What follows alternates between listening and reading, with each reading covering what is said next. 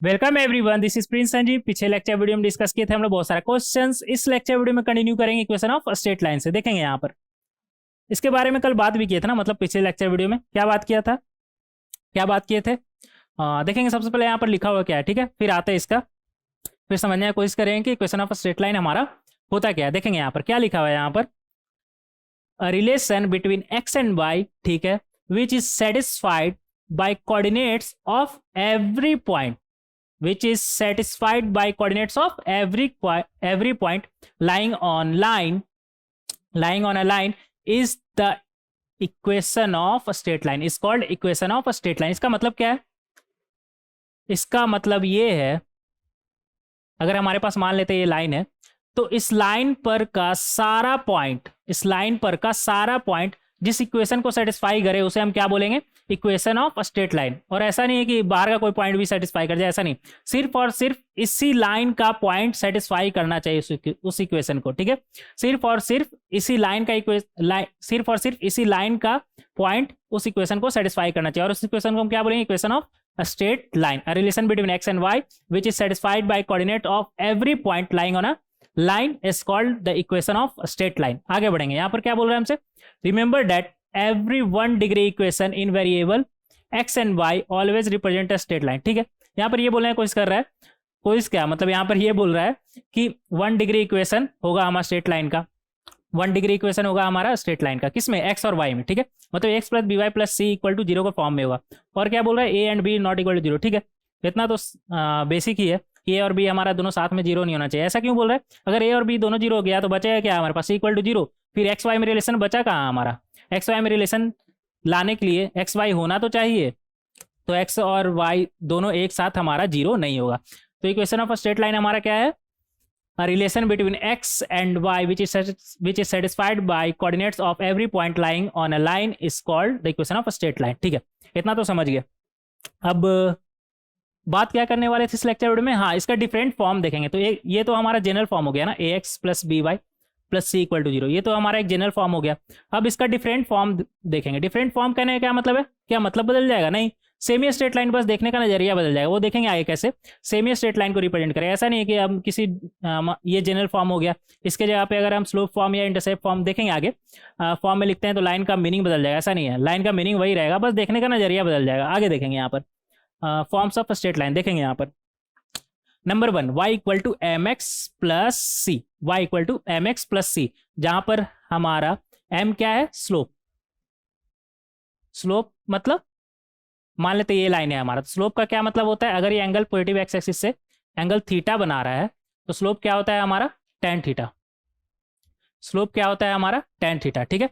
तो याद रखिए कि y equal to M x plus C में हमारा m क्या होता है, स्लोप ऑफ लाइन, और c क्या होता है हमारा, y इंटरसेप्ट। कैसे, y इंटरसेप्ट करने का क्या मतलब है कि y को कहाँ पर कट कर रहा है, तो यहाँ पर जब आप x का वैल्यू 0 रखेंगे तो y का वैल्यू आपका क्या आ जाएगा, यहाँ पर देखेंगे इफ x इक्वल टू 0 तो y का वैल्यू क्या आ जाएगा, 0 इंटू एम प्लस सी, x का वैल्यू 0 रखेंगे तो y का वैल्यू क्या आ जाएगा, 0 इंटू एम प्लस सी, मतलब c। तो ये पॉइंट हमारा क्या हो जाएगा, 0, कौन सा, ये वाला, ये पॉइंट हमारा क्या हो जाएगा, 0, तो यहाँ पर सी क्या है हमारा, वाई इंटरसेप्ट। वाई इंटरसेप्ट करने का क्या मतलब है कि वाई को कहाँ पर कट कर रहा है, वाई इंटरसेप्ट। इसी तरह आप एक्स इंटरसेप्ट भी निकाल सकते हैं। कैसे, एक्स इंटरसेप्ट के लिए आप वाई को 0 रखेंगे, तो जब आप वाई को 0 रखेंगे तो यहाँ से सी का वैल्यू क्या आ जाएगा, इफ वाई इक्वल टू 0, तो यहाँ से आपका क्या आ जाएगा, वाई का वैल्यू 0 रख दिए तो ये क्या बन गया, एम एक्स प्लस सी, मतलब एक्स का वैल्यू क्या आ गया, माइनस सी बाई एम, तो ये पॉइंट हमारा क्या हो जाएगा, माइनस सी बाई एम। तो याद रखिएगा कि y equal to M x plus C में m हमारा क्या है, स्लोप, और c क्या है हमारा, y इंटरसेप्ट, और x इंटरसेप्ट आपका क्या हो जाएगा, माइनस सी अपॉन एम, और y इंटरसेप्ट आपका क्या हो जाएगा, c, ठीक है। तो याद रखिएगा, और ये स्लोप का यूज कर रहे हैं ना, तो ये स्लोप फॉर्म हो जाएगा। आज से नहीं, अभी से ही हम इसे क्या बोलेंगे, स्लोप फॉर्म। तो अगर आपको स्लोप फॉर्म पहचानना हो तो आप डायरेक्ट देख लीजिएगा कि y equal to M x plus C के फॉर्म में लिखा हुआ है या नहीं। आपसे ये कहीं नहीं पूछेगा कि स्लोप फॉर्म वगैरह, बस ये कहीं नहीं पूछेगा, बस ऐसे ही नाम इसका ऐसे ही है क्योंकि स्लोप का यूज हो रहा है इसलिए बोल दिया स्लोप फॉर्म। आगे देखेंगे, y minus Y one equal to M times of X minus X one, ये आया कहाँ से, देखिएगा यहाँ पर हम पहले पढ़ चुके हैं क्या, y equal to M x plus C, ये तो पहले ही देख चुके हैं। अब मान लेते हैं कि इस लाइन पर एक पॉइंट है x1 कॉमा y1, तो x1 कॉमा y1 इसे सेटिस्फाई करेगा, सेटिस्फाई करा दीजिए। y1 इक्वल टू क्या आ जाएगा, M x one plus C, तो यहाँ से c का वैल्यू क्या आ गया, y1 minus M x one. अब इस c का वैल्यू को सिंपल इसमें रख दीजिए, तो आपका क्या बनेगा, y equal to M x plus C के जगह पे क्या रखेंगे, y1 minus M x one. तो यहाँ से आपका y1 को उस तरफ भेजिए, क्या बनेगा, y minus y1 equal to m common बाहर निकाल देते हैं, m times of x minus X. तो सेम ही फॉर्म में आ गया ना। तो सिंपल, बस देखने का तरीका अलग है, y equal to M x plus C है ये भी, तो बस देखने का तरीका अलग है। और यहाँ पर एक पॉइंट का यूज हो रहा है, स्लोप का यूज हो रहा है, तो इसका नाम रख देते हैं वन पॉइंट स्लोप फॉर्म या फिर point slope form, point slope form. बस ऐसे ही नाम है, इन सभी नाम का मतलब वर्ड से ही समझ में आ रहा हो कि एक पॉइंट है और एक स्लोप है। तो अगर आपके पास एक पॉइंट दिया हुआ रहेगा और स्लोप पता होगा आपको, तो आप डायरेक्ट इक्वेशन लिख सकते हैं लाइन का, क्या, y minus y1 equal to M times of x minus x1। आगे बढ़ेंगे। अब मान लेते हैं, अच्छा ये तो आपको पता चल गया ना। अच्छा इसी में m के जगह पर यहाँ पर क्या लिखा हुआ है, y2 minus y1 upon x2 minus x1। हाँ, ये स्लोप ही तो लिखा हुआ है हमारा। कैसे, अगर मान लेते हैं आपके पास दो ये लाइन रहा हमारे, ठीक है, और ये मान लेते हैं x1 कॉमा y1 और ये मान लेते हैं x2 कॉमा y2, तो स्लोप इसका क्या हो जाएगा, y2 minus y1 upon x2 minus x1। Simple, तो वही चीज़ तो लिखा हुआ, स्लोप की जगह पे क्या लिख दिया, y2 minus y1 upon x2 minus x1। Change हो जाएगा क्या, इससे कुछ नहीं, तो सेम ही चीज़ लिखा हुआ, नंबर 2 ही है ये, सिर्फ बस m की जगह पे क्या लिख दिया है, y2 minus y1 upon x2 minus x1। तो इस तरीके से हम लिख सकते हैं। और यहाँ पर दो पॉइंट से हम इक्वेशन लिख रहे हैं, तो इसका नाम हो जाएगा 2 पॉइंट फॉर्म, 2 पॉइंट फॉर्म। बस ऐसे ही नाम है ये, इसका कोई मतलब उतना ज़रूरत नहीं है, आपसे कहीं भी नहीं पूछेगा 2 पॉइंट फॉर्म बोलिए, ऐसा कहीं नहीं पूछेगा। हाँ, स्लोप फॉर्म कई बार बोल देता है कि स्लोप फॉर्म में लिखिए, इंटरसेप्ट फॉर्म में भी कई बार बोल देता है, लेकिन 2 पॉइंट फॉर्म तो आपसे नहीं बोलेगा। 2 पॉइंट फॉर्म का मतलब क्या है कि अगर आपके पास 2 पॉइंट रहेगा तो आप लाइन का इक्वेशन कैसे लिखेंगे, y minus y1 equal to y2 minus y1 upon x2 minus x1 times of x minus x1। तो इस तरीके से बहुत ही आसानी से आप लिख सकते हैं 2 पॉइंट फॉर्म। आगे बढ़ेंगे।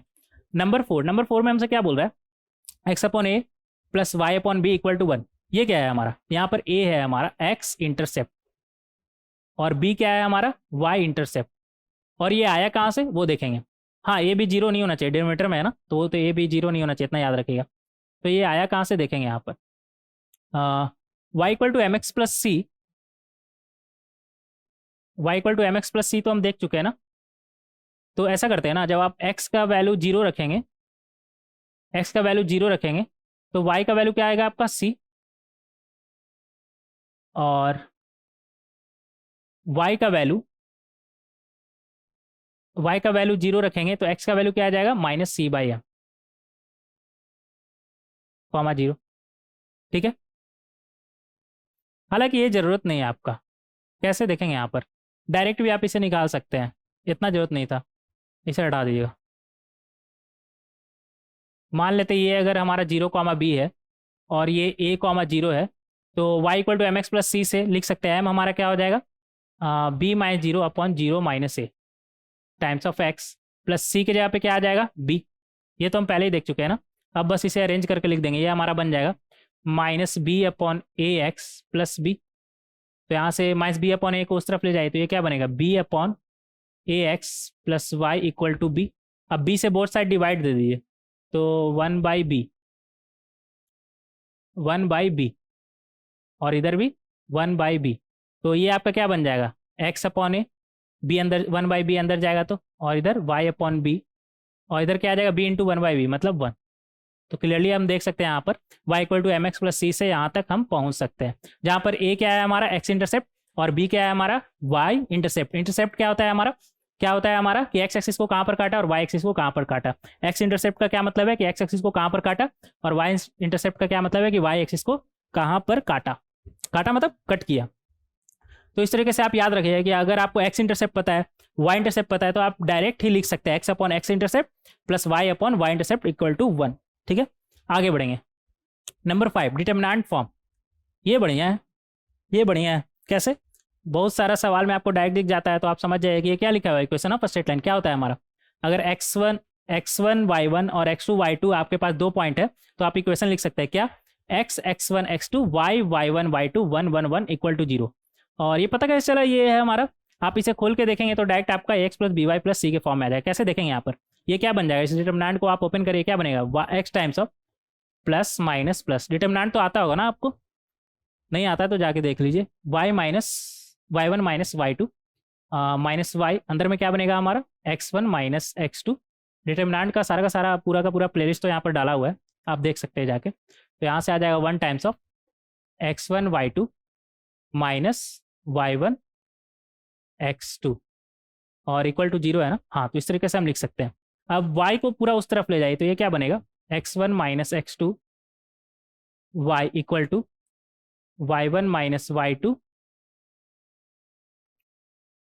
x plus x1 y2 minus y1 x2। ठीक है, अब ऐसा करते हैं ना, x1 माइनस x2 से बहुत तरफ हम डिवाइड कर देते हैं, तो ये क्या बनेगा, x1 माइनस x2 और इधर भी क्या आ जाएगा, x1 माइनस x2 और बोथ साइड किया है ना, तो ये तो गायब ही हो जाएगा हमारा, ये गायब ही हो जाएगा। तो इस तरीके से हम निकाल सकते हैं। और ये क्या लिखा हुआ है हमारा, m ही तो लिखा हुआ है, y1 minus y2 upon x1 minus x2, m इस तरीके से हम निकाल सकते हैं और c हमारा ये लिखा हुआ है। तो इस तरीके से बहुत ही आसानी से हम इसे समझ सकते हैं कि अगर हमारे पास 2 पॉइंट दिया हुआ है तो उसे हम डिटर्मिनेंट फॉर्म में इस तरीके से लिख सकते हैं। आगे बढ़ेंगे, यहाँ पर क्या बोल रहा है हमसे, equation of median of triangle from vertex A. Median क्या होता है हमारा, अगर BC साइड का मिड पॉइंट D है तो A से D को कनेक्ट करने वाले को हम क्या बोलेंगे, मीडियन। इसी तरह हमारे पास 3 साइड है तो 3 मीडियन होगा यहाँ पर। और पहले हम देख चुके हैं ना कि तीनों मीडियन का पॉइंट ऑफ इंटरसेक्शन को हम क्या बोलते हैं, सेंट्रॉइड। ये तो हम पहले ही देख चुके हैं, तो अभी हमारा उसमें इंटरेस्ट नहीं है कोई। हमारा इंटरेस्ट किसमें है कि AD का इक्वेशन हम कैसे लिखे, AD का हम इक्वेशन कैसे लिखे। तो अगर A हमें पता है, D पता चल जाएगा तो हम आराम से इक्वेशन लिख सकते हैं। 2 पॉइंट ही पता चल गया मतलब सब कुछ पता चल गया लाइन के बारे में, डायरेक्ट हम इक्वेशन लिख सकते हैं। तो D हमारा क्या हो जाएगा, D क्या है हमारा, मिड पॉइंट है ना, तो ये हमारा बन जाएगा x2 plus x3 upon 2 y2 plus y3 upon 2। तो D हमें पता चल गया। और किसी भी लाइन का अगर हमें 2 पॉइंट पता है तो हम उसका इक्वेशन डायरेक्ट लिख सकते हैं, डिटर्मिनेंट फॉर्म में ही लिखते हैं। क्या बन जाएगा हमारा, x1 x2 की जगह पे क्या आ जाएगा, x2 plus x3 upon 2 y1 और यहाँ पर क्या आ जाएगा, y2 प्लस y3 अपॉन 2 और इधर 1 1 1 इक्वल टू 0। तो इस तरीके से बहुत ही आसानी से हम इसे लिख सकते हैं। अब ऐसा करते हैं ना, 1 को हम 2/2 लिख दे क्या, 2/2 लिख सकते हैं। अब हाफ को हम बाहर निकाल देते हैं, तो यहाँ से सब जगह से अब 2 2 2 गायब।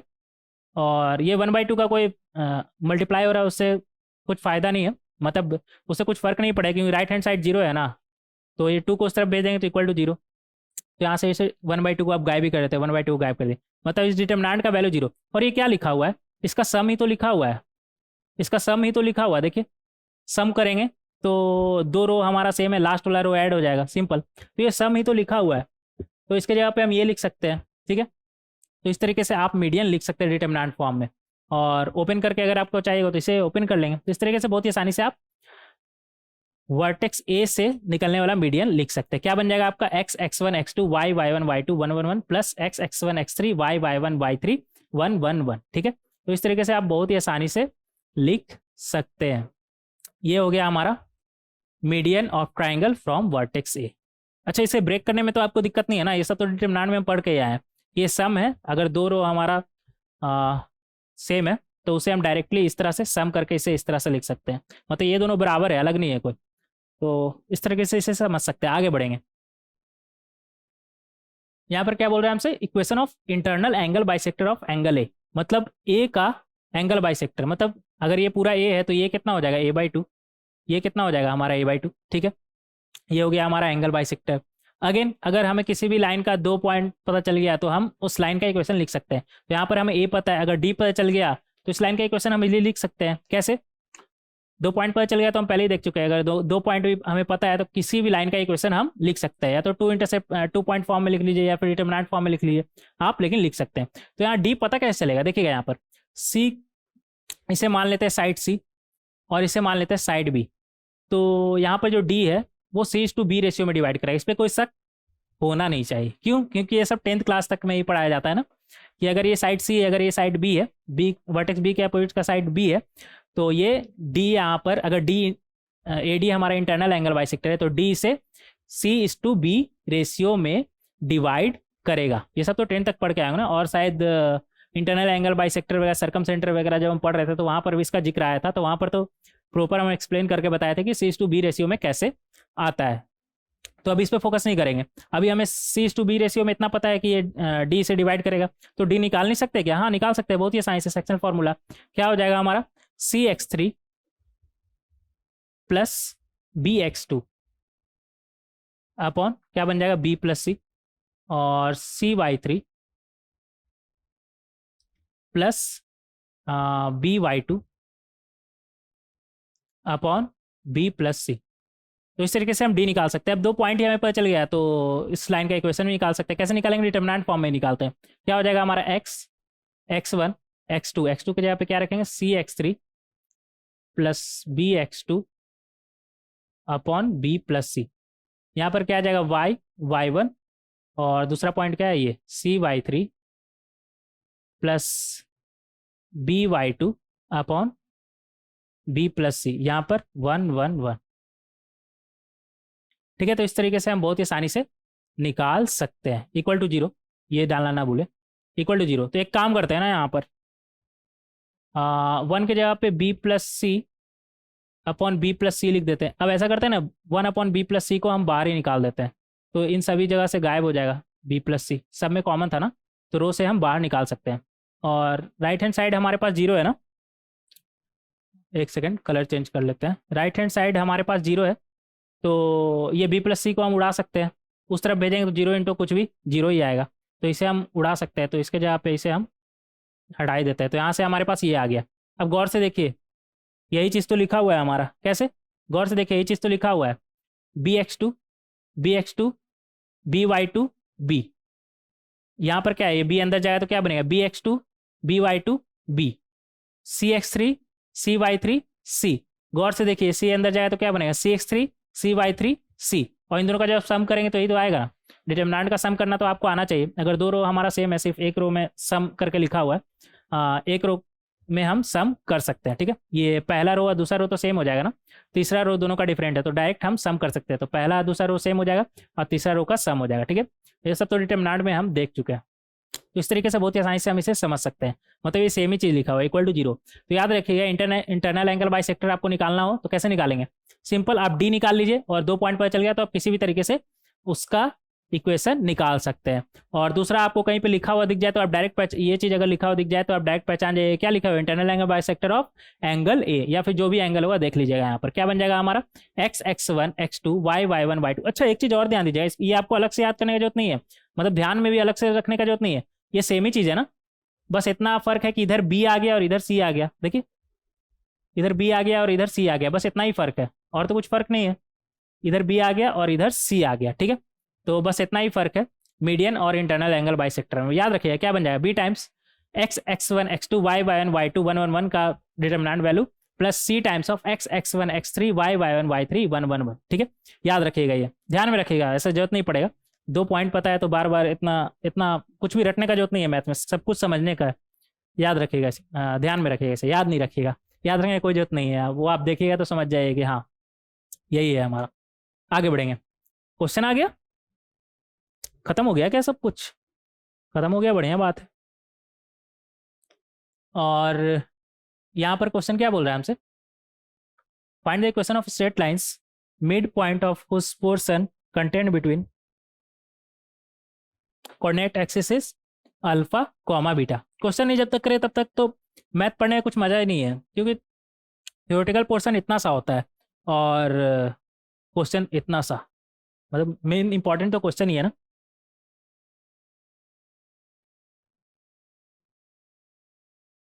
जब तक आप क्वेश्चन नहीं किए, थ्योरी का 0 वैल्यू है, 0 मैथ्स में थ्योरी का 0 वैल्यू नहीं है। अगर आप क्वेश्चन नहीं करते तब थ्योरी का 0 वैल्यू है। थ्योरी से क्या होता है? कुछ भी नहीं। थ्योरी से सिर्फ थ्योरी से कुछ भी नहीं होता। थ्योरी से होता है थ्योरेटिकल पार्ट भी आपको अपना स्ट्रांग रखना है, लेकिन सिर्फ थ्योरेटिकल पार्ट स्ट्रांग नहीं करना है। जब तक आप क्वेश्चन नहीं करेंगे आपको समझ में नहीं आएगा बात, आपको समझ में नहीं आएगा बात। तो क्वेश्चन बहुत इंपॉर्टेंट है। देखेंगे यहाँ पर क्या बोल रहा है। Number 1, find the equation of a straight line. ठीक है, स्ट्रेट लाइन का इक्वेशन निकालना है। Mid point whose portion content between the coordinate axis is alpha comma beta. ठीक है, यहाँ पर क्या बोल रहा है हमसे, यहाँ पर बोल रहा है कि इसे मान लेते हैं ए कॉमा जीरो, और इसे मान लेते हैं, इसका नाम देते हैं 0 कॉमा बी। ठीक है, इसका नाम देते हैं। यहाँ पर क्या बोल रहा है कि ए बी का मिड पॉइंट क्या है हमारा, अल्फा कॉमा बीटा। ठीक है, इसका नाम देते हैं एम, अल्फा कॉमा बीटा। और पूछा क्या है, इस लाइन का इक्वेशन हमें निकालने का है। इस लाइन का इक्वेशन कैसे निकालेंगे, अगर हमें ये ए पता चल गया और बी पता चल गया तो हम लिख सकते हैं x upon x intercept plus Y upon Y intercept equal to 1, direct पता चलेगा। या फिर Y equal to M x plus C, कुछ भी लगा सकते हैं। लेकिन यहाँ पर जब डायरेक्ट दिख रहा है कि x upon x intercept plus Y upon Y intercept लिखना इक्वल टू 1 लिखना ज़्यादा आसान है, तो हम वही करेंगे। देखेंगे यहाँ पर, तो यहाँ पर हम बोल सकते हैं एम मिड पॉइंट है ना, तो 0 प्लस ए अपॉन 2 हमारा क्या आ जाएगा, अल्फा। तो यहाँ से ए का वैल्यू क्या आ गया हमारा, 2 अल्फा।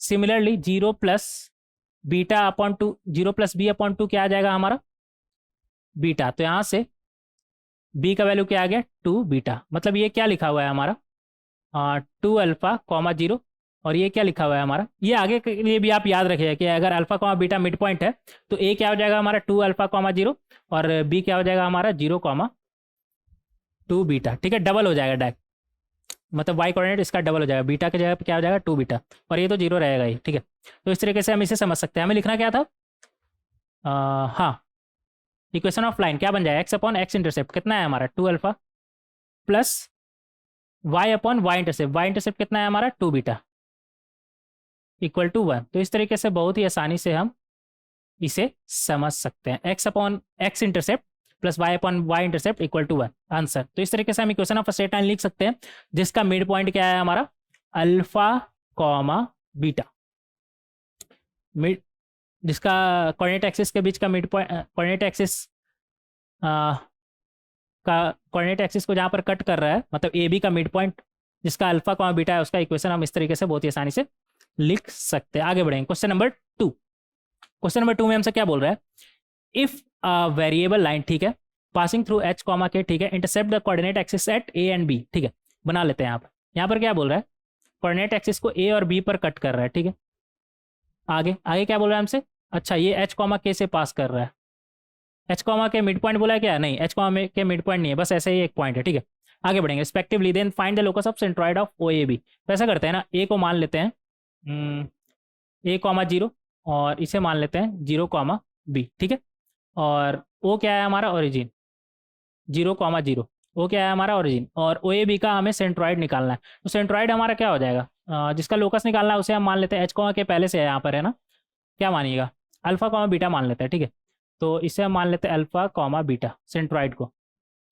तो अल्फा का वैल्यू क्या हो जाएगा आपका, 0 प्लस ए अपॉन 3 प्लस 0 प्लस ए अपॉन 3, और बीटा का वैल्यू क्या हो जाएगा, 0 प्लस बी अपॉन 3। तो यहाँ से हमारा ए का वैल्यू क्या आ गया, 3 अल्फा, और बी का वैल्यू क्या आ गया हमारा 3 बीटा। ठीक है, 3 बीटा। आगे बढ़ेंगे, और कुछ किया जा सकता है क्या, हाँ, इसे इंटरसेप्ट फॉर्म में लिख सकते हैं, x upon A plus Y upon B equal to 1। A intercept है ना, और बी इंटरसेप्ट है, वाई इंटरसेप्ट है, तो x upon A plus Y upon B equal to 1 हम लिख सकते हैं। अब ऐसा करिए ना, एच कॉमा के इसे सेटिस्फाई भी करेगा क्योंकि एच कॉमा के इसी लाइन पर लाई कर रहा है, तो यहाँ पर लिख सकते हैं H upon A plus k upon B equal to 1, और ए की जगह पे आप 3 अल्फा रख दीजिए, तो ये बनेगा h upon 3 alpha plus k upon 3 beta equal to 1। तो यहाँ से हमारे पास क्या आ जाएगा, यहाँ से आ जाएगा 3 उस तरफ जाएगा, नहीं, ये हमारा बन जाएगा 3 को उस तरफ भेजे तो ये हमारा बन जाएगा H alpha plus k upon beta. ऐसा करते हैं ना, सिर्फ 3 को उस तरफ भेजेंगे तो ये हमारा बनेगा h upon alpha plus k upon beta equal to 3। तो यहाँ से आ जाएगा हमारा h beta plus k alpha equal to 3 times of alpha beta, सबको एक तरफ लाएंगे तो ये हमारा बनेगा h beta plus k alpha minus 3 times of alpha beta equal to 0। और अल्फ़ा बीटा क्या था हमारा, एक्स कोऑर्डिनेट और वाई कोऑर्डिनेट, तो अल्फ़ा का जगह पे एक्स और बीटा का जगह पे वाई रखेंगे तो ये बनेगा एच वाई प्लस के x minus 3x y equal to 0। तो इस तरीके से बहुत ही आसानी से हम लोकस निकाल सकते हैं। किसका लोकस निकल गया हमारा, अल्फा बीटा क्या था हमारा, सेंट्रॉइड का एक्स कोऑर्डिनेट और वाई कोऑर्डिनेट था, तो ये लोकस किसका निकला, सेंट्रॉइड का। ठीक है, तो इस तरीके से बहुत ही आसानी से हम सेंट्रॉइड का लोकस निकाल सकते हैं। क्या बन जाएगा हमारा, एच वाई प्लस के x minus 3kx equal to 0, H Y plus के x minus 3xy equal to 0। आगे बढ़ेंगे, क्वेश्चन नंबर 3। क्वेश्चन नंबर 3 में हमसे क्या बोल रहा है, find the number of straight line, find the number of straight line through 2,4, ठीक है, such that the area of triangle form by the straight line with coordinate axis is 16 square unit. ठीक है, यहाँ पर क्या बोल रहा है हमसे, मान लेते हैं इसका y equal to M x plus C, और ये 2,4 से पास कर रहा है ना, 2,4 से पास कर रहा है तो 2,4 इसे सेटिस्फाई भी करेगा। तो यहाँ पर अगर 4 रखे तो ये क्या बन जाएगा, 4 y के जगह पे 4 और x के जगह पे 2 रखिए तो ये क्या बनेगा 2m प्लस सी। तो यहाँ से c का वैल्यू क्या आ गया, 4 माइनस 2m। तो इक्वेशन आपका क्या हो गया, y equal to y equal to M x plus 4 minus 2m। ठीक है, और अगर आप x का वैल्यू 0 रखेंगे तो y इंटरसेप्ट मिलेगा ना, तो x का वैल्यू अगर आप 0 रखेंगे तो y इंटरसेप्ट आपका कितना आ जाएगा, 4 माइनस 2m, और नाम देते हैं इसका OAB। और अगर आप y का वैल्यू 0 रखेंगे तो यहाँ से आपका x का वैल्यू क्या आ जाएगा,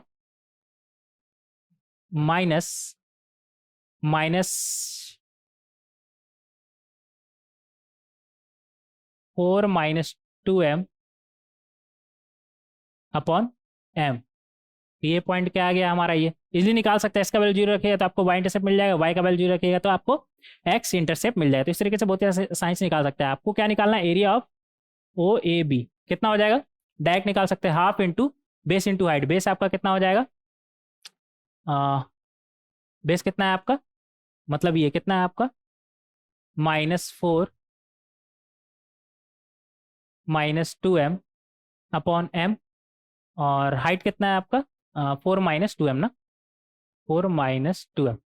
अच्छा, एक चीज़ का यहाँ पर और ध्यान रखिएगा, ये आपका एक्स इंटरसेप्ट और वाई इंटरसेप्ट पॉजिटिव नेगेटिव कुछ भी हो सकता है, तो एरिया तो लेकिन आपका पॉजिटिव ही आएगा, तो यहाँ पर मॉड लगाना ना भूले, मॉड लगाना ना भूले। ठीक है, ये इधर भी तो हो सकता था ना, तो एरिया तो आपका नेगेटिव नहीं आएगा कभी भी, तो मॉड लगाना ना भूले, यहाँ पर मॉड इसे पॉजिटिव बना देगा। तो ये हमारा बन गया हाफ। अच्छा, इसका वैल्यू दिया हुआ है हमें 16 स्क्वायर यूनिट ना, तो ये हमारा बन जाएगा। अंदर में क्या 4 माइनस 2m का होल स्क्वायर बन रहा है, माइनस माइनस का कोई फर्क नहीं पड़ता है मॉड के अंदर, तो माइनस आप इग्नोर मार सकते हैं। तो ये क्या बनेगा, 4 माइनस 2m का होल स्क्वायर अपॉन m, और ये 2 उस तरफ जाएगा तो क्या बनेगा 32, और ऊपर से मॉड हटा सकते हैं, स्क्वायर है ना, ऊपर से मॉड हटा सकते हैं, स्क्वायर है, तो डायरेक्ट लिख सकते हैं 4 माइनस 2m का होल स्क्वायर, 4 माइनस 2m का होल स्क्वायर इक्वल टू 32, और उधर क्या बन जाएगा मॉड m। ये ओवरऑल आप मॉड हटा सकते हैं, ऊपर में तो आपका स्क्वायर तो हमेशा पॉजिटिव ही होगा, तो मॉड आप डायरेक्ट इग्नोर मार सकते हैं। तो यहाँ से आपका क्या आ गया, इधर से अगर 2 आप बाहर निकाल लें, 2 आप बाहर निकाल लें तो यहाँ पर क्या आ जाएगा 2, और ये गायब, और मतलब 2 माइनस m का होल स्क्वायर, और 2 स्क्वायर के साथ आएगा ना, तो स्क्वायर ना भूले यहाँ पर, तो ये कितना बन जाएगा 4, तो ये 8 टाइम्स से कैंसिल कर देगा ना, तो यहाँ पर हमारा क्या है 2 माइनस m का होल स्क्वायर, मतलब क्या आ जाएगा m square plus 4 minus 4m equal to, mod हटा देते हैं तो क्या बन जाएगा plus minus of 8m, plus minus of 8m को इस तरफ लाएंगे तो ये हमारा बनेगा m स्क्वायर, और क्या है -4m, और इधर प्लस माइनस ऑफ 8m है ना, तो इधर भी आएगा तो प्लस माइनस ऑफ 8m ही रहेगा, तो -4 इक्वल टू 0। अच्छा, +4 था, +4 इक्वल टू 0, तो एक बार प्लस के साथ इसे खोलेंगे और एक बार माइनस के साथ इसे खोलेंगे। जब प्लस के साथ इसे खोलेंगे तो ये हमारा क्या बनेगा, 8 - 4 मतलब 4m प्लस 4 इक्वल टू 0, एक ये बन जाएगा। और माइनस के साथ अगर आप इसे खोलेंगे तो ये आपका बनेगा m square minus 12m plus 4 equal to 0, plus 4 equal to 0। तो अच्छा इसे ध्यान से देखिए क्या लिखा हुआ है, m प्लस 2 का होल स्क्वायर, m प्लस 2 का होल स्क्वायर इक्वल टू 0। तो यहाँ से तो m का सिर्फ एक ही वैल्यू निकलेगा क्या, -2, और यहाँ पर इसका d ग्रेटर देन 0 है, तो यहाँ से m का 2 वैल्यू निकल के आएगा। मान लेते हैं m1 m2। हमारा इंटरेस्ट नहीं है m1 m2 में, क्या क्यों, क्योंकि यहाँ पर नंबर ऑफ स्ट्रेट लाइन बोला है ना, तो हमारा 3m का वैल्यू यहाँ से निकल के आ रहा है। ठीक है, 3m का वैल्यू निकल के आ रहा है, इसका मतलब क्या है, 3 लाइन पॉसिबल है, सिंपल। तो नंबर ऑफ स्ट्रेट लाइन हमारा क्या हो जाएगा, 3, 2 इधर से मिलेगा और एक इधर से मिलेगा। m का 3 वैल्यू मिलेगा और एक पॉइंट भी हमें पता है कितना था, 2,4 से ना पास कर रहा है, तो हमें लिखना आता है। अगर हमें स्लोप पता है और एक पॉइंट पता है तो हम लाइन का इक्वेशन लिख सकते हैं। हालांकि यहाँ पर बोला नहीं है लाइन का इक्वेशन लिखने, सिर्फ नंबर ऑफ स्ट्रेट लाइन बोल रहा है, तो जितना बोल रहा है उतना ही करते हैं। तो नंबर ऑफ स्ट्रेट लाइन हमारा कितना हो जाएगा, 3, m का 3 वैल्यू मिला है ना, तो 3 इक्वेशन हम लिख सकते हैं। आगे बढ़ेंगे, नंबर 4। नंबर 4 में हमसे क्या बोल रहा है, if a variable line passes through alpha comma beta, ठीक है, then find the locus of foot of perpendicular drawn from origin on the line. हमें ये निकालना है। ठीक है, देखेंगे यहाँ पर क्या बोल रहा है हमसे कि अगर ये लाइन मान लेते हैं हमारे पास एक है और ये किससे पास कर रहा है, अल्फा कॉमा बीटा से। ठीक है, और यहाँ पर क्या बोल रहा है कि अगर हम ओरिजिन से मान लेते हैं 0, ओरिजिन क्या हो जाएगा हमारा 0,0, यहाँ से एक परपेंडिकुलर ड्रा कर रहा है इस लाइन पे। ठीक है, तो इस लाइन पर अगर हम एक परपेंडिकुलर ड्रॉ करें तो उस पॉइंट का लोकस हमें निकालना है। मान लेते हैं पॉइंट h, k। तो यहाँ पर h और k में हमें रिलेशन निकालना है। कैसे निकालेंगे देखेंगे। यहाँ पर ऐसा करते हैं ना, ये लाइन का स्लोप हमारा क्या हो जाएगा, इसका नाम देते हैं a और इसका नाम देते हैं b। ठीक है, m ऑफ ए बी अगर हम निकालें तो वो हमारा कितना हो जाएगा,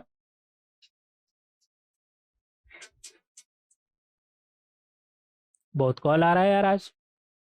हाँ, m ऑफ ओ पी का अगर हम बात करें और इसको अगर मल्टीप्लाई करें m ऑफ ए बी तो वो हमारा क्या हो जाएगा यहाँ पर,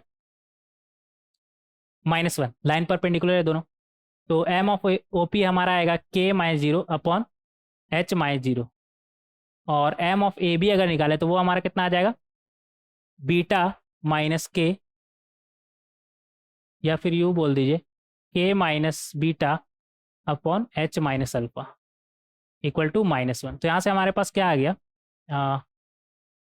k minus beta times of k equal to minus, और इधर हमारे पास क्या आ जाएगा, h माइनस अल्फा। तो यहाँ से आ जाएगा हमारे पास k square minus K beta और इधर minus h square plus h alpha. तो यहाँ से हमारे पास आ जाएगा k square plus h square minus K beta minus h alpha equal to 0। k और h और k क्या था हमारा, एक्स कोऑर्डिनेट और वाई कोऑर्डिनेट। तो इसके जगह पे x और y रख देंगे तो ये बनेगा y square plus x square minus beta y minus alpha x equal to 0। तो इस तरीके से बहुत ही आसानी से हम p का लोकस निकाल सकते हैं, p का लोकस निकाल सकते हैं। ये था हमारा क्वेश्चन नंबर 4।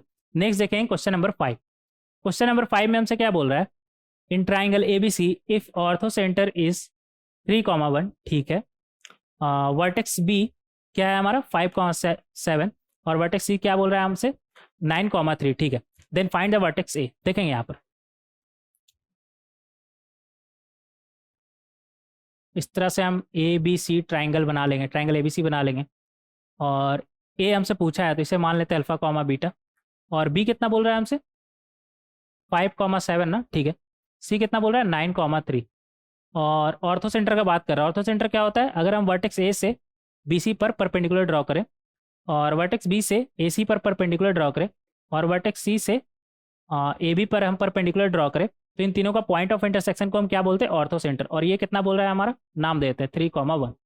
ये कितना बोल रहा है हमारा 3,1। हमें निकालना क्या है, वर्टेक्स से। तो एक तो डायरेक्ट हम स्लोप से निकाल सकते हैं, इस तरह का क्वेश्चन हम पहले भी कर चुके हैं ना, हाँ शायद किए हैं हम। स्लोप से भी आप निकाल सकते हैं, लेकिन स्लोप का यूज करते हुए आप निकाल सकते हैं। लेकिन अभी हम इक्वेशन ऑफ स्ट्रेट लाइन पढ़ रहे हैं, तो इसे straight line, equation of straight line से हम सॉल्व करें। उसके लिए हम क्या करेंगे, ऐसा करते हैं ना, ए बी निकाल लेते हैं, इक्वेशन ऑफ ए बी निकाल लेते हैं और इक्वेशन ऑफ ए सी निकाल देते हैं, और वहाँ से देख लेंगे कॉमन पॉइंट कौन सा है। इन दोनों का पॉइंट ऑफ ए बी और ए सी का पॉइंट ऑफ इंटरसेक्शन ही तो ये है, तो वहाँ से हम इजीली निकाल सकते हैं। तो ए बी का लाइन, ए बी का क्वेश्चन हम कैसे लिखेंगे? एक पॉइंट पता है, स्लोप पता चल सकता है क्या? हाँ, इसका नाम दे देते हैं डी ई एफ। तो ए बी का स्लोप और सी एफ का स्लोप का प्रोडक्ट हमारा -1 आएगा, क्योंकि लाइन हमारा परपेंडिकुलर है। तो लिखेंगे यहाँ पर m of A B into m of C F equal to -1, और यहाँ से आ जाएगा हमारा m of A B into m of C F, मतलब एम ऑफ सी एच। ठीक है, 2 पॉइंट हमें पता है इस लाइन का, तो ये हमारा क्या बन जाएगा? 3 - 1 अपॉन 9 - 3, 9 - 3 इक्वल टू हमारा क्या आएगा? इक्वल टू हमारा क्या आएगा? -1। सेम ही कलर हो गया क्या? इक्वल टू क्या आएगा हमारा? -1। तो यहाँ से हमें एम ऑफ ए बी पता चल गया। क्या आ जाएगा हमारा? 9 - 3 कितना? 2, और ये 6, ये कितना बन रहा है हमारा? एक स्टेप आगे लिख ही लेते हैं। तो ये यहाँ से आ जाएगा हमारे पास M of A B into 3 - 1 2, 9 - 3 6 equal to -1। तो यहाँ से हमारे पास एम ऑफ ए बी निकल के आ जाएगा क्या?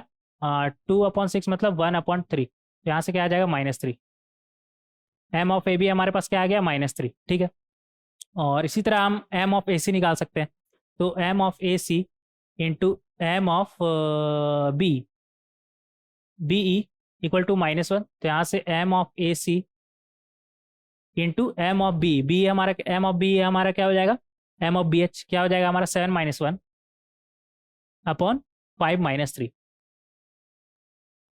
Equal to -1। तो यहाँ से हमारे पास आ जाएगा एम ऑफ ए सी, 7 में से 1 गया 6, और 5 - 3 2 equal to -1।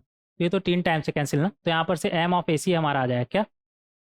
M of A C equal to -1/3। तो इस तरीके से हम M of A C, M of A C नहीं, स्लोप ऑफ ए सी और स्लोप ऑफ ए बी निकाल सकते हैं। ठीक है, ये हो गया हमारा। आगे बढ़ेंगे, अब इक्वेशन लिखेंगे हम। इक्वेशन ऑफ ए बी कितना हो जाएगा हमारा? क्या हो जाएगा हमारा? y - y1 मतलब 7 इक्वल टू एम, एम कितना है हमारा? -3 ना, -3 x - x1, x1 हमारे पास कितना है? 5। तो यहाँ से आ जाएगा हमारे पास y इक्वल टू -3x, और इधर 15 -7 उस तरफ जाएगा तो +7 मतलब 22। ठीक है, तो ये आ गया हमारा इक्वेशन ऑफ ए बी। और इसी तरह हम इक्वेशन ऑफ ए सी भी निकाल सकते हैं। तो इक्वेशन ऑफ ए सी हमारा क्या आ जाएगा? y - 3 equal to m, m कितना है? -1/3, -1/3 x - 9, x - 9। तो यहाँ से आ जाएगा हमारे पास y इक्वल टू ये -x/3, और ये माइनस माइनस प्लस हो जाएगा, 9/3 मतलब 3, और इधर से 3 जाएगा तो क्या बनेगा? 6 + 6। तो इस तरीके से हम ए बी और ए सी दोनों का इक्वेशन लिख सकते हैं। ठीक है, और इन दोनों का पॉइंट ऑफ इंटरसेक्शन निकालना है हमें। तो कॉमन पॉइंट हमारा क्या हो जाएगा? एक बोल रहा है y equal to, common point हमारा क्या हो जाएगा? -3x। कॉमन पॉइंट क्या हो जाएगा हमारा? -3x। कैसे निकालेंगे? -3x + 22 equal to -x/3 + 6। इस तरीके से निकाल सकते हैं। अल्फा बीटा अगर दोनों में कॉमन है तो दोनों को सेटिस्फाई करेगा, तो हम अल्फा बीटा नहीं यूज करके एक्स में ही रहने दे रहे हैं, उससे कोई दिक्कत नहीं है। आप चाहे तो एक्स और वाई की जगह पे अल्फा बीटा रख के आप कॉमन पॉइंट निकाल सकते हैं। तो यहाँ से आपके पास क्या आ जाएगा? एक स्लाइड ऐड करना पड़ेगा इसमें, 1 मिनट रुक जाइएगा।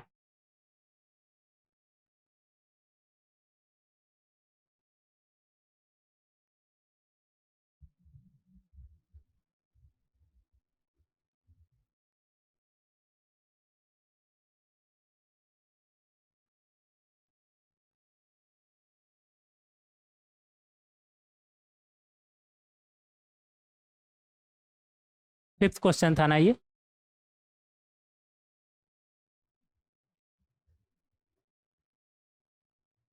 हाँ ठीक है,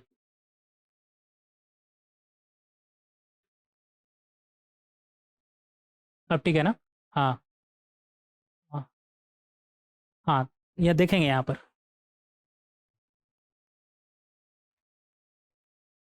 हाँ, यहाँ से हमारे पास क्या आ गया? -3x लिख लेंगे यहाँ पर। प्लस 22 इक्वल टू कितना आया था हमारा -x/3 प्लस 6। तो यहाँ से आ जाएगा हमारे पास, यहाँ से आ जाएगा हमारे पास 3x minus x/3 equal to 22 minus 6। तो ये आ गया हमारे पास 8x/3 इक्वल टू 22 माइनस 6 कितना हो जाएगा हमारा 16। तो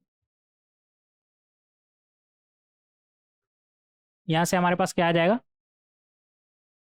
ये 2 टाइम से कैंसिल हो रहा है ना, तो यहाँ से x का वैल्यू क्या आ जाएगा 6। अब x का वैल्यू 6 आ गया तो y का वैल्यू क्या हो जाएगा आपका, किसी भी एक इक्वेशन में रख दीजिए, इन दोनों में से किसी भी एक इक्वेशन में। तो यहाँ से आ जाएगा आपका -3 इंटू 6 प्लस 22 और 22 माइनस 80 कितना आ गया हमारा 4। तो यहाँ से हमारा आंसर आ चुका है क्या 6,4। ये कितना हो जाएगा हमारा 6,4। आंसर कितना है इसका, मैच करिएगा एक बार, 5 का 6,4 ना, हाँ सही है 5 का 6,4। तो इस तरीके से बहुत ही आसानी से हम क्वेश्चन नंबर 5 को सॉल्व कर सकते हैं। इस तरीके से वर्टेक्स ए हम निकाल सकते हैं। आगे बढ़ेंगे क्वेश्चन नंबर 6। क्वेश्चन नंबर 6 में हमसे क्या बोल रहा है, if in triangle ABC if circum centre is 3,1 और वर्टेक्स बी दे रखा है, सी दे रखा है, देन फाइंड वर्टेक्स। अच्छा सेम ही क्वेश्चन है क्या, अच्छा इधर ऑर्थो सेंटर था और इधर 3,1 को क्या बोल रहा है सर्कम सेंटर। ठीक है देखते हैं यहाँ पर, ये हमारे पास एक ट्राइंगल है,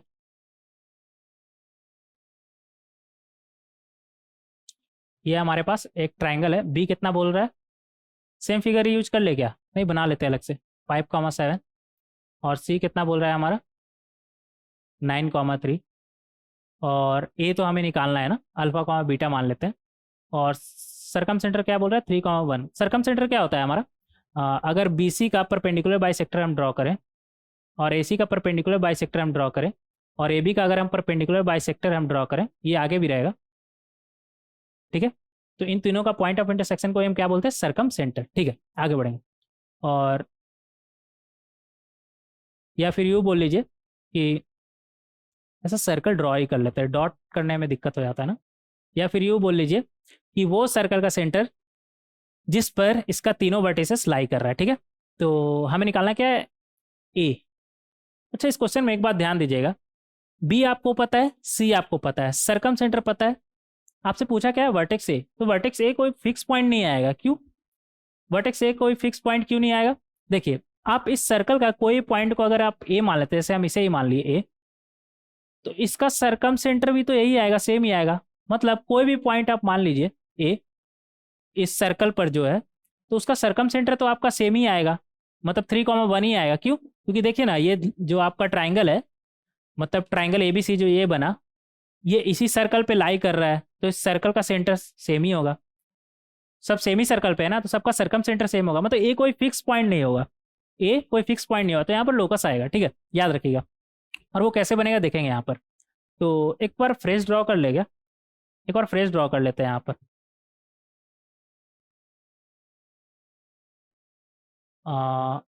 ये ए रहा हमारा, ए निकालना है ना, तो इस बार लोकस आएगा एच कॉमा के मान लेते हैं, और बी 5,7 और सी 9,3।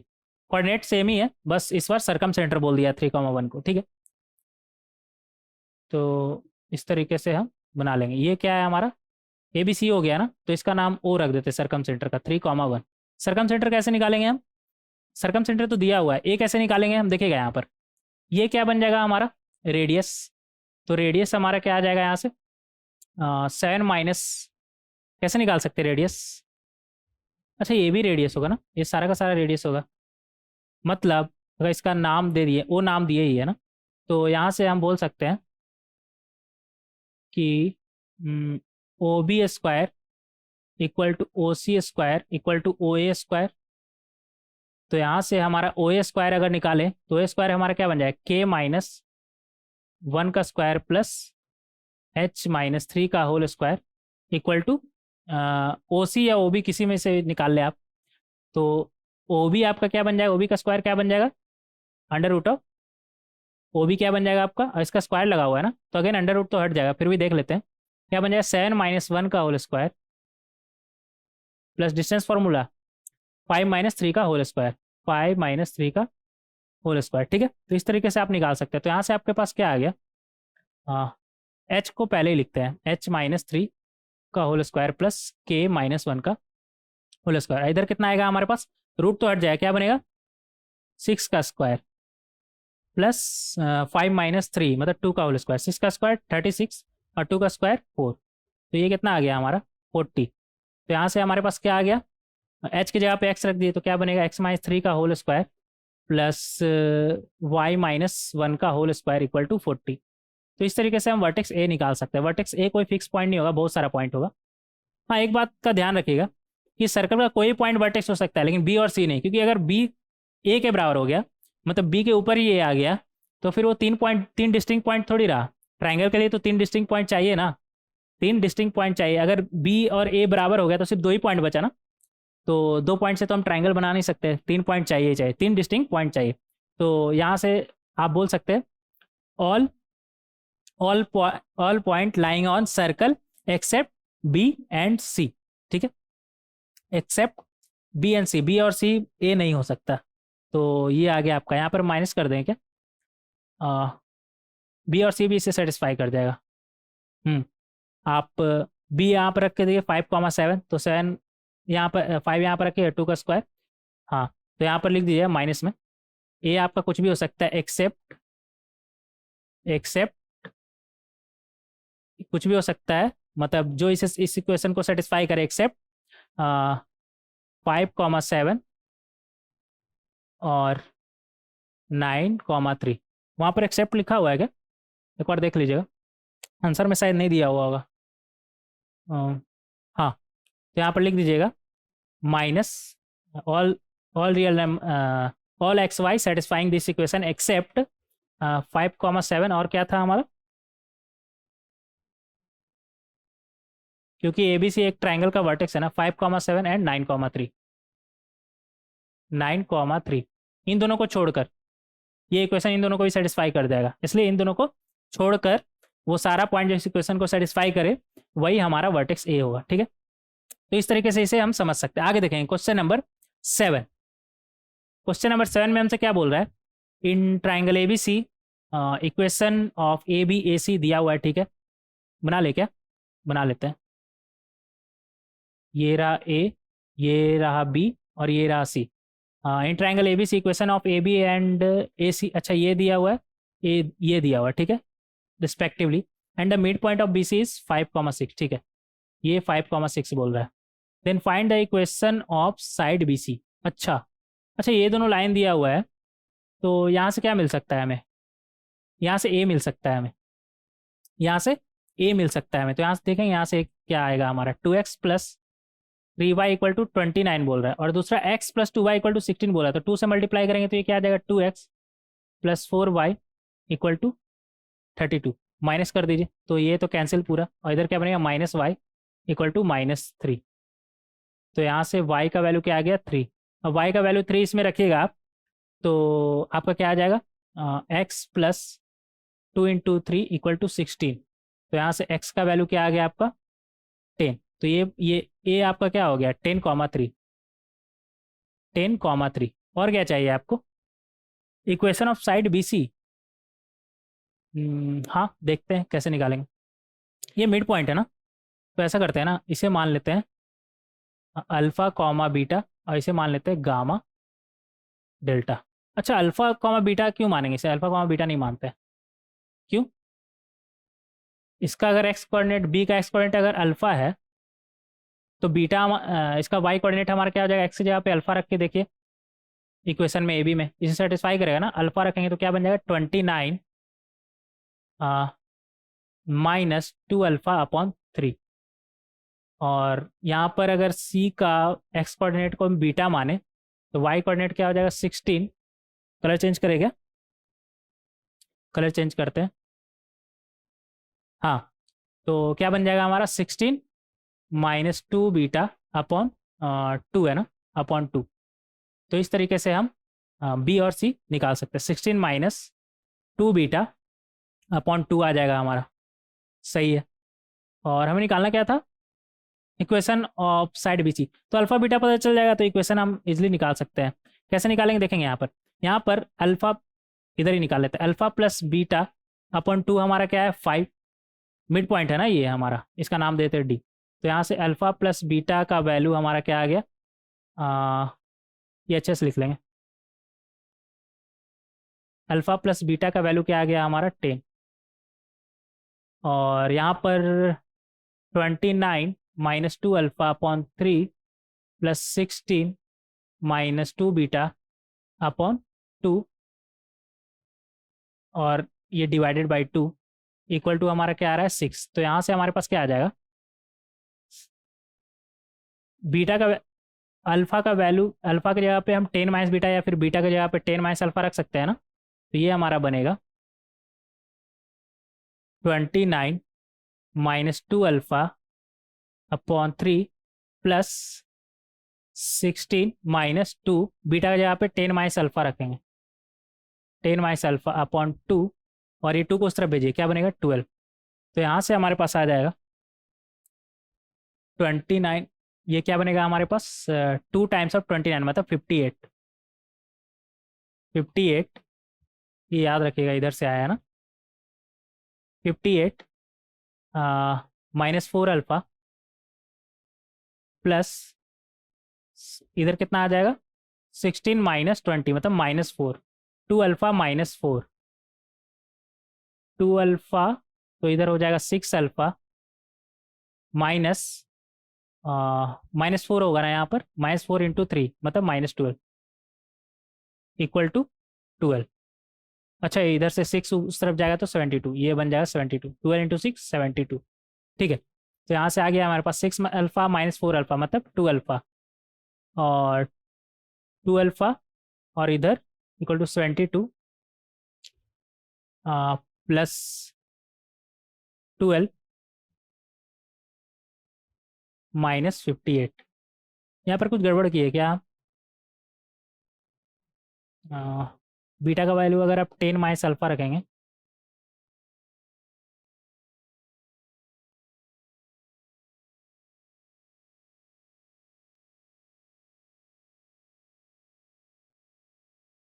हम्म,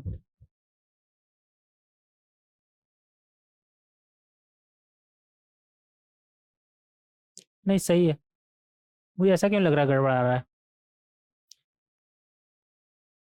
देखते हैं।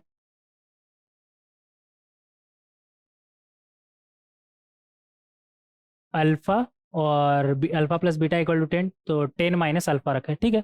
दिक्कत क्या है इसमें, पता नहीं क्यों लग रहा था, देख लेंगे लास्ट में आंसर मैच कर लेंगे। तो यहाँ से हमारे पास क्या आ जाएगा 72 प्लस 12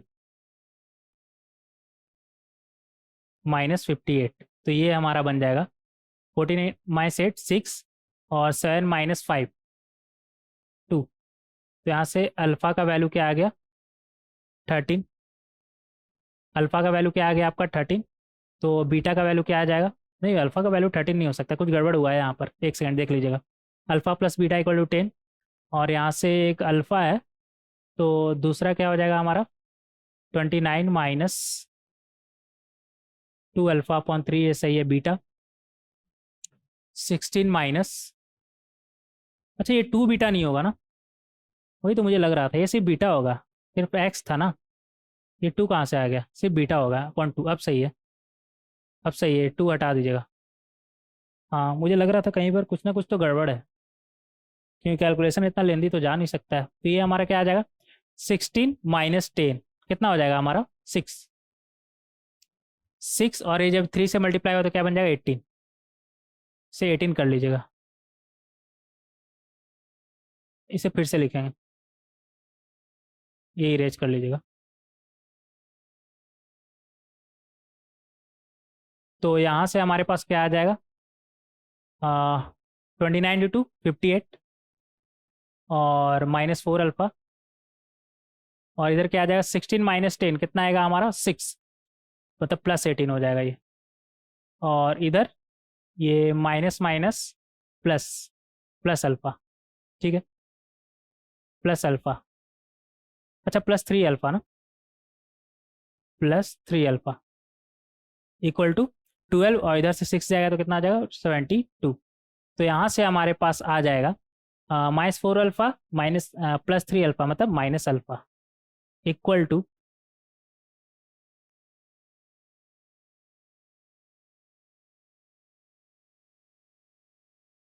कितना आ जाएगा हमारा 72। ऐसा करते हैं ना, अल्फा को उस तरफ ही भेजते हैं। ये सब इस बार तो कैलकुलेशन सही है ना, कुछ गड़बड़ तो नहीं किया हमने। 20 - 2 alpha upon 3 plus 16 - 2 upon 3 equal to 6, ठीक है। तो यहाँ पर 10 माइनस अल्फा किए हैं, ठीक है। -4 alpha plus -10 6 18 plus alpha 3 alpha, सही है। नहीं सही है, इस बार सही है, इस बार सही है, कुछ भी गड़बड़ नहीं है इसमें, ठीक है।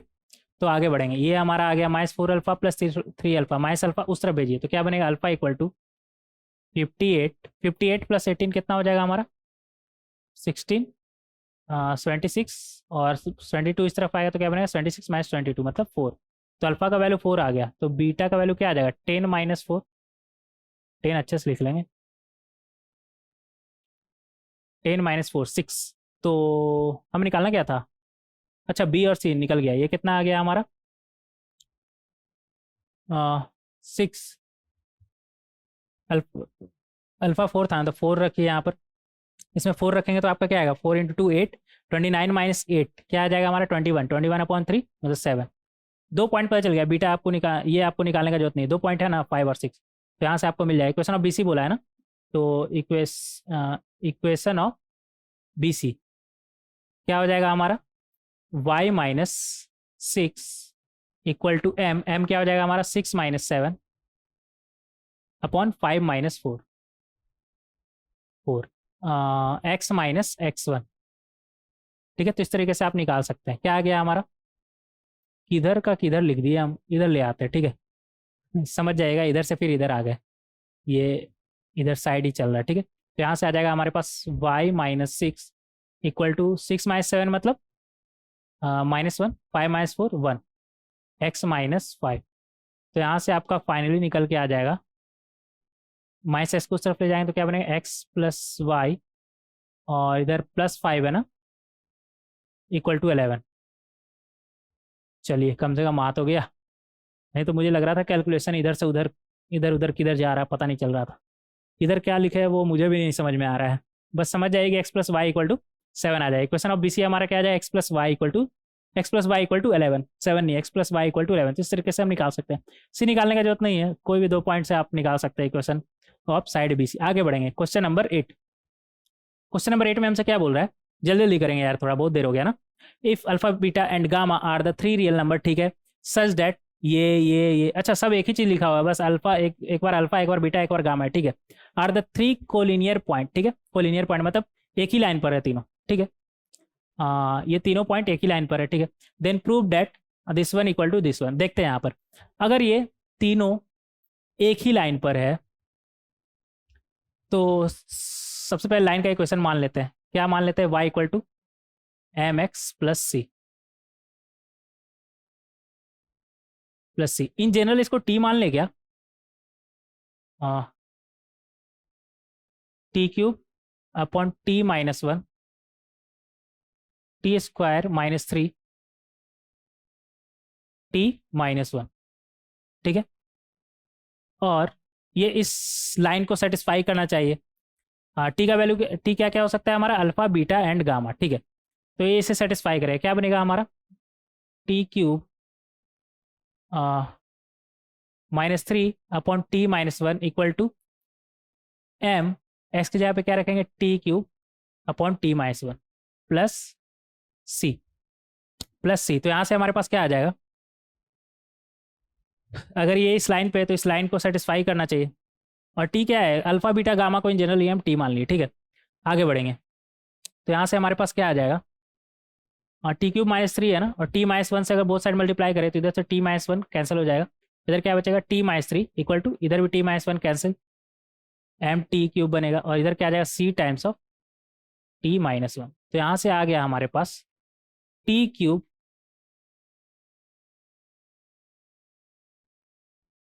अच्छा ये स्क्वायर था ना, ये स्क्वायर था, स्क्वायर कर लीजिएगा। नहीं ये क्यूब ही था, ये स्क्वायर था, तो ये आ जाएगा हमारा कौन सा स्क्वायर था, हाँ वाई वाला स्क्वायर था। कौन सा, एक सेकेंड, टी क्यूब, हाँ ये सही है, T square minus three upon T minus one, हाँ सही है। तो वाई की जगह पे आप क्या रखिएगा, T square minus three upon T minus one, सही है। एस की जगह पे T cube upon T minus one, सही है। हाँ इसे ही रेजी करते हैं। ये पंखा चल रहा है ना तो मुझे नींद आ रहा है, इसे बंद करते हैं, एक मिनट रहने देते हैं, दिक्कत हो जाएगा फिर। तो यहाँ से आ जाएगा हमारे पास, कितना मज़ा आ रहा है ना सॉल्व करने में। हाँ यहाँ से आ जाएगा हमारे पास टी माइनस वन से बोथ साइड मल्टीप्लाई करेंगे तो ये क्या बनेगा, T square minus three T square minus three, T minus one तो कैंसिल हो जाएगा, और इधर क्या बनेगा, M T cube plus C times of T minus one. सबको एक तरफ लाएंगे तो ये बनेगा हमारा M T cube minus T square plus C time C T plus C T plus three minus सी, ये बनेगा इक्वल टू जीरो। इधर आ जाते हैं ना, इक्वल टू जीरो। और टी क्या था हमारा, अल्फा बीटा गामा को हम इन जनरल टी मान लिए थे, तो टी से सेटिस्फाई करना है, इसका मतलब क्या सेटिस्फाई कर रहा है इसे, अल्फा बीटा गामा, मतलब इस ये क्या है हमारा क्यूबिक, इस क्यूबिक का रूट क्या होगा हमारा, अल्फा बीटा और गामा, ठीक है, अल्फा बीटा और गामा। तो यहाँ से हम इसका सम ऑफ रूट निकाल सकते हैं क्या, निकालते हैं, इधर ही निकाल ले, क्या alpha plus beta plus gamma क्या हो जाएगा हमारा, minus of coefficient of T square मतलब minus one upon coefficient of T cube, क्या आएगा हमारा वन एम, तो ये आ गया हमारा वन अपॉन एम, ठीक है, वन अपॉन एम। और alpha beta plus beta gamma plus gamma delta gamma alpha minus alpha beta gamma, अगर हम निकालें तो alpha beta plus beta gamma plus gamma alpha हमारा क्या हो जाएगा, हमें पता है sum of product taken two at a time, क्या बनेगा हमारा, plus coefficient of T upon coefficient of T cube, तो कितना हो जाएगा हमारा सी बाई एम, और माइनस प्रोडक्ट ऑफ रूट है ना alpha beta gamma, product of root कितना होता है हमारा, minus minus constant term upon coefficient of T cube मतलब एम, तो ये हमारा क्या आ गया, और सी बाई एम प्लस सबके नीचे एम, डिनोमिनेटर एम है ना दोनों में कॉमन, तो डायरेक्ट ऐसे लिख देते हैं, तो ये सी और ये माइनस माइनस प्लस हो जाएगा ना, प्लस थ्री माइनस सी, तो ये सी और सी कैंसिल, क्या बचा हमारे पास थ्री अपॉन एम। तो यहाँ से हम क्लियरली देख सकते हैं, क्या देख सकते हैं कि alpha beta plus beta gamma plus gamma alpha का जो वैल्यू है वो क्या आ गया, थ्री अपॉन एम, मतलब three times one by M, और वन बाई एम हमारा क्या था, alpha plus beta plus gamma, alpha plus beta plus gamma, ये रहा हमारा आर एच एस और ये रहा एल एच एस, और दोनों इक्वल हम प्रूफ कर दिए, हेंस प्रूफ। तो इस तरीके से बहुत ही आसानी से हम इसे साबित कर सकते हैं कि L H S equal to R H S है हमारा, ठीक है। कितना अच्छा लग रहा है ना इस तरह का क्वेश्चन सॉल्व करने में। आगे बढ़ेंगे, क्वेश्चन नंबर 9। अच्छा सिर्फ 8 ही क्वेश्चन था, तो यहाँ पर सारा का सारा आंसर दिया हुआ है सभी का, आप एक बार खुद से सॉल्व करिएगा, और थ्योरेटिकल पोर्शन तो देखिएगा ही, और खुद से सारा का सारा क्वेश्चन को सॉल्व करिएगा एक बार। इस लेक्चर में जरूरत नहीं है, इस लेक्चर में देख सकते हैं, नेक्स्ट लेक्चर में नहीं, अभी तो थ्योरेटिकल पोर्शन ही चलेगा, आप देख सकते हैं यहाँ पर, अभी कोई दिक्कत नहीं है। जब सिर्फ और सिर्फ क्वेश्चन डिस्कस होगा ना, तो वो वाला क्वेश्चन आप मतलब सिर्फ और सिर्फ क्वेश्चन, प्रैक्टिस वाला क्वेश्चन, तो उसे आप खुद से सॉल्व करेगा, डायरेक्ट नहीं देखेगा, वो फिर अच्छा नहीं होगा आपके लिए, ठीक है। तो यहाँ पर देख सकते हैं, इस लेक्चर वीडियो में देख सकते हैं, ये तो थ्योरेटिकल पोर्शन वाला क्वेश्चन है, हाँ देख सकते हैं। नेक्स्ट लेक्चर वीडियो में देखेंगे, अभी दो तीन और फॉर्म बचा हुआ है हमारा, तो वो वहाँ से हम कंटिन्यू करेंगे, शायद पैरामेट्रिक और नॉर्मल, और कुछ बचा हुआ क्या देख लेंगे, सब नेक्स्ट लेक्चर में देख लेंगे कौन कौन सा और फॉर्म बचा हुआ है स्ट्रेट लाइन का। मिलते हैं नेक्स्ट लेक्चर वीडियो में। Thank you everyone.